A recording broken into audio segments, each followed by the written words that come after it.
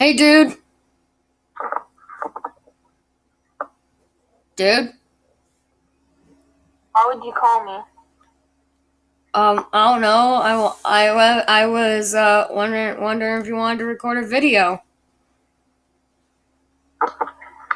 Okay.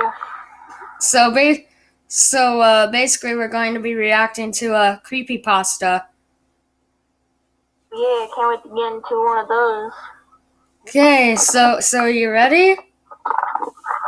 Sure. Hold on, I need to do some commentary stuff. So the creepypasta name is Fuzzy, and the voiceover or whatever, the reading is made by a guy named Maple Creepy. So go subscribe to him and stuff. So without further ado, let's start this creepy story. You ready, Dalton? Alright. Yep. I was jolted out of my sleep when my 5-year-old son Kevin jumped on top of me. Oh I God. let out a little yelp, both from the shock of the impact and from being ripped out of a deep sleep. This is not really good. A little disoriented, it took me a few moments to figure out what was going on. Now jumping up and down on the bed, Kevin yelled, "Fuzzy came again! Fuzzy came again!" I sighed. Who the heck is Fuzzy? Oh no. You okay? Dude, Yeah, you okay? Why do you sound like you're crying? I'm not. I said okay. Okay, so let's continue. Rubbed my eyes and checked the clock. It wasn't even 6 o'clock in the morning yet. Kevin continued to jump ecstatically around the bed. An early By bird. now, my wife was awake and very cranky. Yep. She looked over to the clock and, seeing the time, released a frustrated moan. "Geez, kid, can't you wait until at least 6? I know, She right? replied sleepily. My mom sounds like it all the time. Had been sleeping soundly. "Fuzzy came I woke again. up at I 12 told you today." he would." Kevin was too excited to care what time it was. It could have been 1 in the morning for all he cared. "He's back! He's back!" Who's back? Fuzzy, as he called him, was what we assumed to be Kevin's This imaginary is friend. Fuzzy. We described him as a fuzzy, colorful creature that arrives in a magical mist through his window every night, and they play together. Kevin claimed that he could change colors and even shape, but he was always fuzzy. My wife and I both dismissed this as an imaginary friend phase, as we lived in a somewhat rural area outside of a minor city, and there was no one around to play with. Pretty interesting Every story. morning, he would tell us what he did with Fuzzy Yep, last so night. far.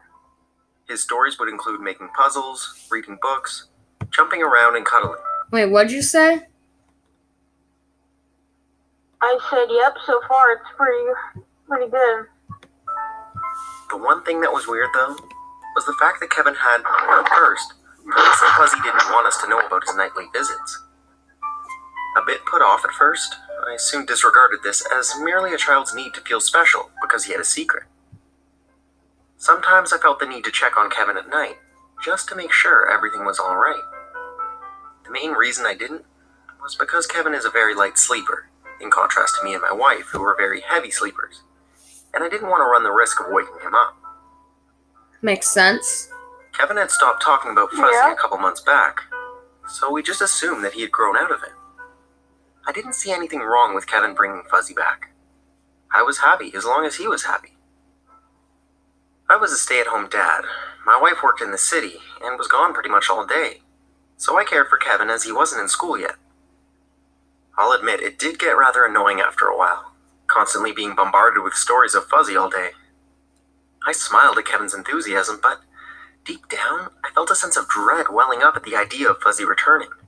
Why do I feel like Fuzzy is going to be like a guy wearing like a creepy kind of like Sesame Street suit? Yeah. The Cookie Monster that has ate too much.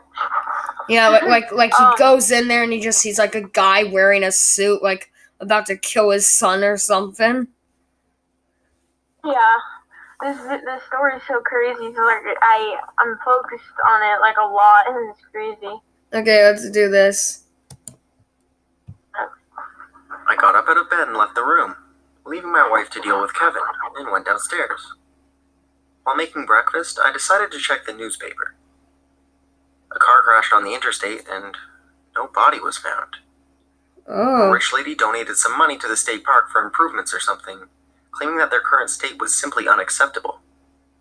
There was a short editorial on why kids were doing poorly in school, and parenting suggestions on the topic.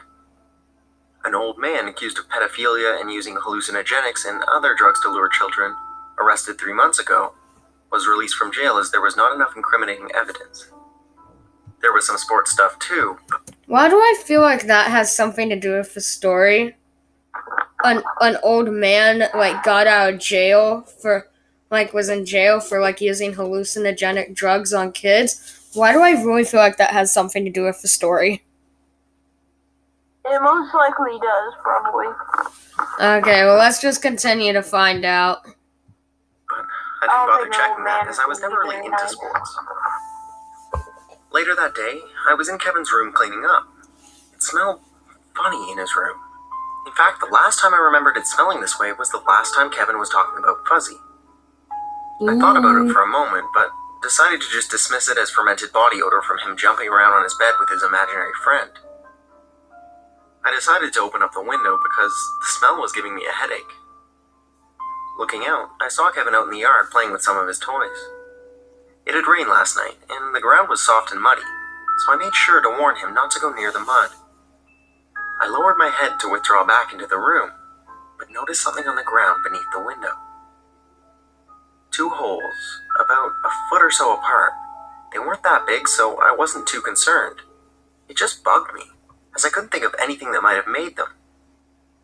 I looked up to ask Kevin if he knew what they were. I mean, he might have made them. He had moved somewhere else, though, and I didn't feel like chasing him down to ask about something so menial. The next day, I was wiping down a window in the dining room, which led directly below Kevin's room. The 2 holes caught my eye again.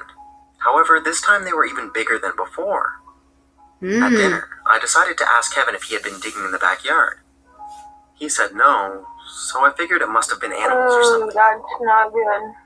That evening, something else occurred to me. And you know how I said that smelled Kevin in the funny? living room. What if it was Hey, Kevin. what if it was the hallucinogenic drugs that he was smelling? You seem bored lately, Yeah, and you never play with him during the daytime. He simply shrugged. I don't know, he replied. He just doesn't. This is when things started to feel a bit off. It had never occurred to me before that Kevin didn't play with Fuzzy during the daytime. It was probably just his way of keeping Fuzzy in a more realistic light. If he brought Fuzzy out to show him to us, he would see that we clearly didn't believe in the fluffy piece of air next to him. Wait a minute. You know how at the beginning of the story, how the kid was saying Fluffy came back, and the dad kept saying Fluffy was apparently gone, but now he was supposedly back, and that he was just happy that his son had his imaginary friend again. I think that's definite now that this Fluffy is this old man in some creepy suit filling him up with hallucinogenic drugs. So what if the reason why Fluffy was gone was because he was in prison, and now that he's out, he came back? Yeah, I just don't know. I was in bed until you called me. All this crap's crazy. Okay, let's just continue. Yeah, Yeah. that's it. That's why. Nothing much happened for the next week or so. My wife and I went to bed at 10 o'clock sharp, as usual. We let Kevin stay up later if he wanted to, so he could play with his imaginary friend. We didn't mind the noise he made. In fact, if we were asleep, we didn't hear it at all. Hell, a train couldn't wake us up once we hit deep sleep. Every night, Kevin would say something different about Fuzzy. One night, he apparently brought a cookie, which I strongly suspect he stole from the cookie jar. And another night, they flew through the clouds on Fuzzy's back. We were happy that our child's imagination was healthy. But that feeling that something was slightly off, Was never really true. went away. The next week, Something's definitely At the off. same time we went to bed. The parents are right. Has to be the old Later on, man. earlier than us.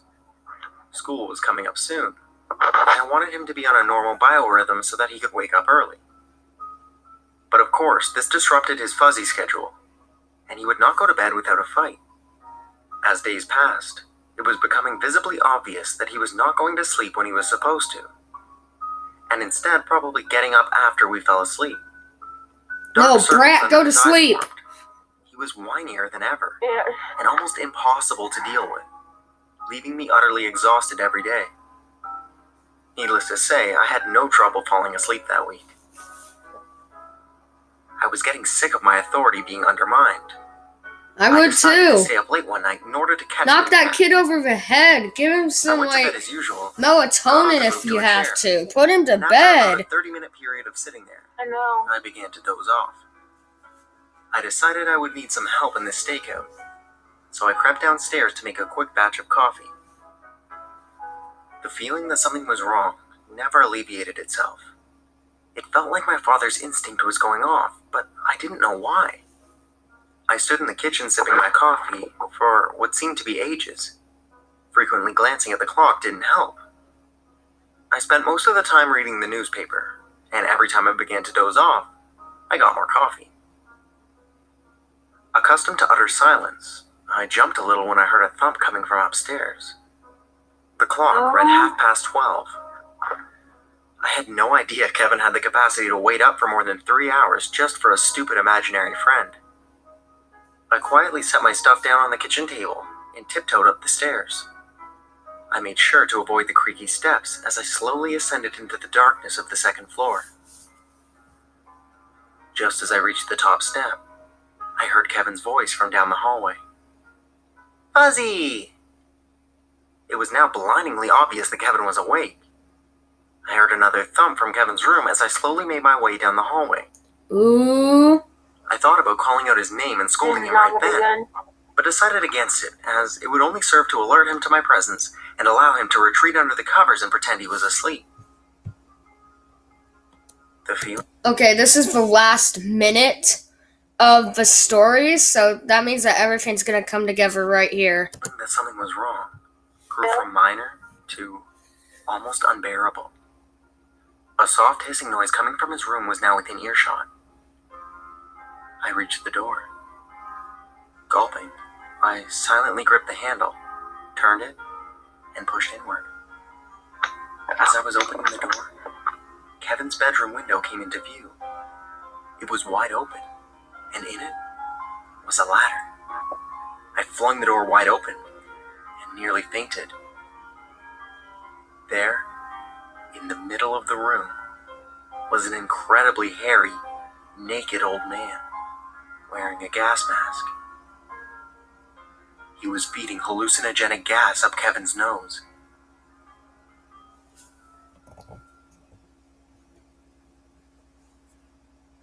Well, that just happened. Yeah, naked, old hairy man injecting drugs up that kid. That's just, ugh.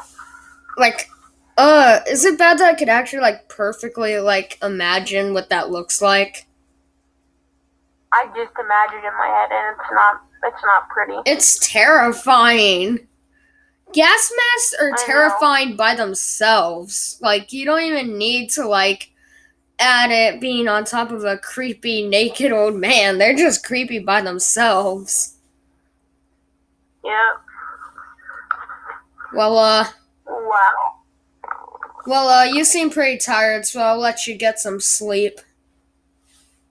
Yeah, thanks for calling me. Okay, well, bye. Sweet nightmares. Well, that was the video, guys. I will leave a link in the description and right here at the end of the video to, my friend Dalton's channel. And I'll leave a link to, this video that we just now watched. And, a link to my Twitter page, and, yeah, so, thank you guys for watching this video, and I'll see you guys next time.